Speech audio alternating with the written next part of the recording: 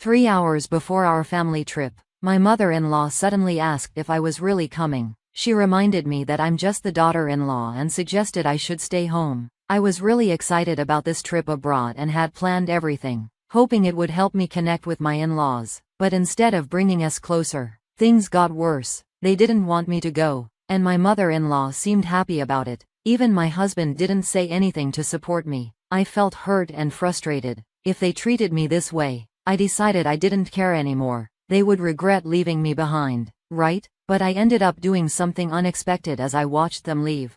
Let me introduce myself. I'm Mess, 28 years old, and I'm studying design at an advertising agency. I married Rick almost a year ago. We met 3 years ago while working on an ad project. At first, we talked about work, but soon we found out that we both love to travel. Rick likes to travel within the country, while I enjoy going abroad. We connected over our dream trips and shared photos of places we wanted to visit. Our relationship grew deeper, and after 2 years of dating, Rick proposed. Although we haven't had our honeymoon yet, Rick often says he wants our first trip abroad to be our honeymoon. One time, I asked him if he had ever been abroad. He replied, "No, I always worry about not being able to communicate well." I reassured him, saying, "Don't worry, with smartphones and basic English, we can manage." I also told him, I'm not completely fluent in English either, but I really want to travel abroad. Seeing the beautiful landscapes that I've only seen on TV or in books is incredibly exciting. He agreed, saying, "Yeah, you're right. Japan has many charming places and attractions, but I'm drawn to traveling overseas. Every time I travel abroad, I'm amazed by how big everything is. Experiencing those stunning views up close, which you can't fully understand just by staying in Japan, is the real excitement of international travel. Until now, I mostly traveled with friends or alone. Now, I can go on trips abroad with my wonderful husband, and it's joyful to share those experiences together." However, I didn't realize there was a side to my kind husband that I hadn't seen before.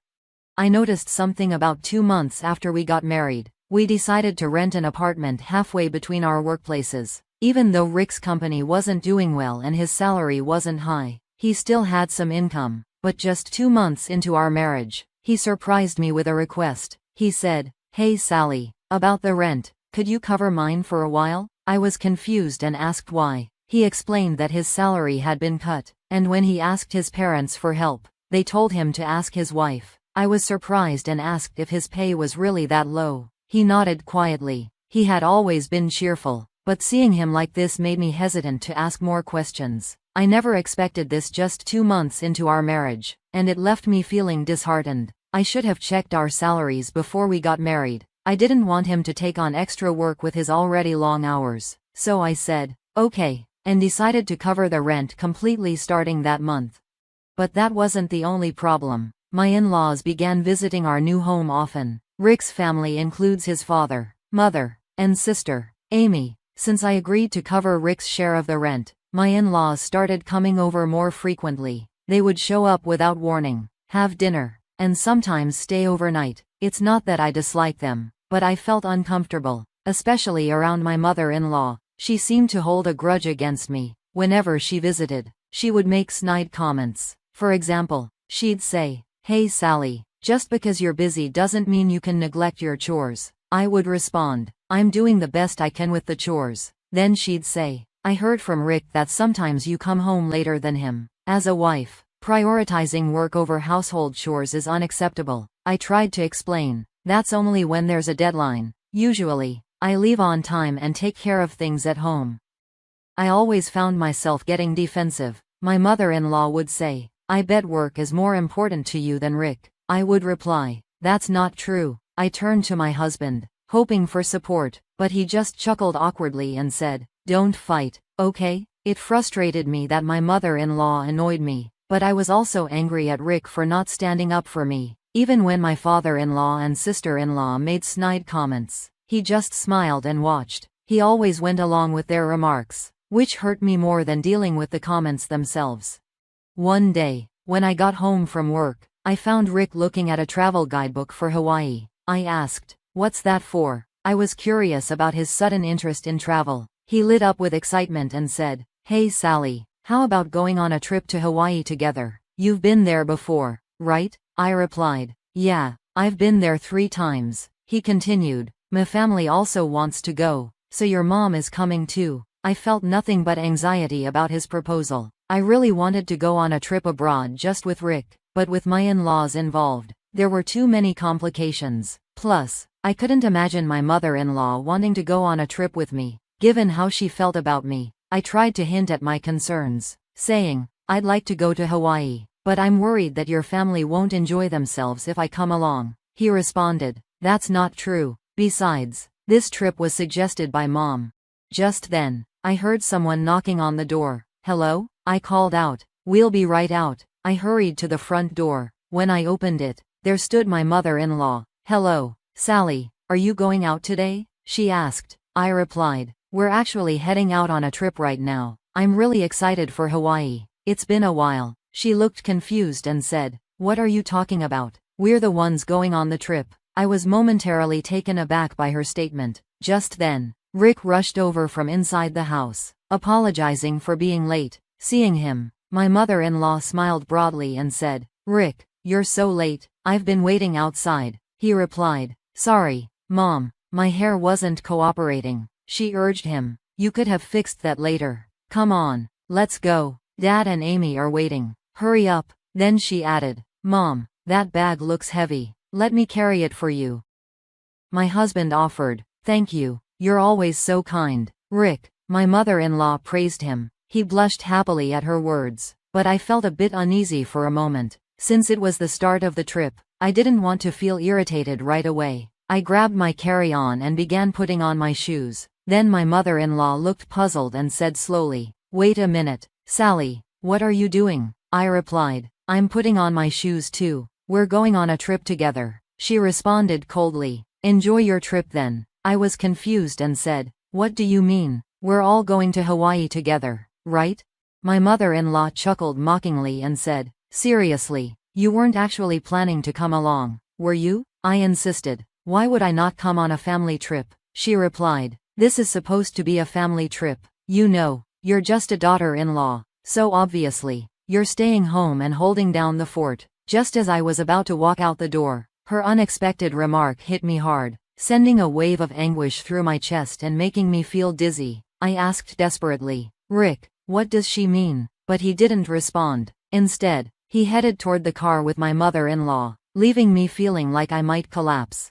In that moment, my feelings toward Rick and my in-laws quickly cooled. What did I expect? Maybe it was foolish to hope my mother-in-law would ever support me. But I never imagined Rick would betray me like this. It became clear he had no intention of standing by me from the start. Everything felt absurd. I decided I didn't care anymore. I did love my husband, but I realized I was in love with an idealized version of him, not the real person. A spineless puppet who couldn't stand up to his family and just followed his mother's wishes. What had I ever seen in him? If only I had noticed this sooner, things might have turned out differently. But dwelling on regrets wouldn't change anything. I resolved to take action. Their trip was planned for a week, starting today.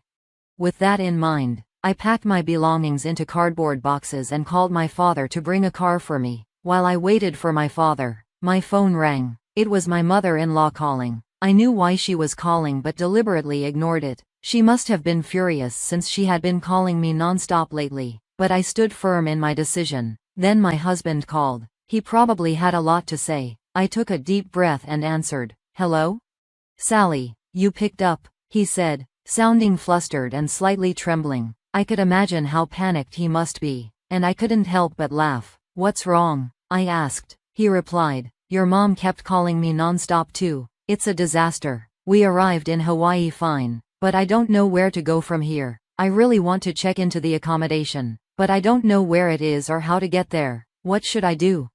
What do you mean you're asking me now? I replied, frustrated. You left without knowing anything, and now you're asking me? Isn't this your responsibility? He said, but you made the reservation, right? I thought someone in the family would have the travel plans. I chuckled bitterly, realizing how typical my spontaneous in-laws were. He raised his voice. Just tell me the travel schedule already. I could see how irresponsible my husband was. I muttered to myself in frustration. This guy is just his mother's son through and through.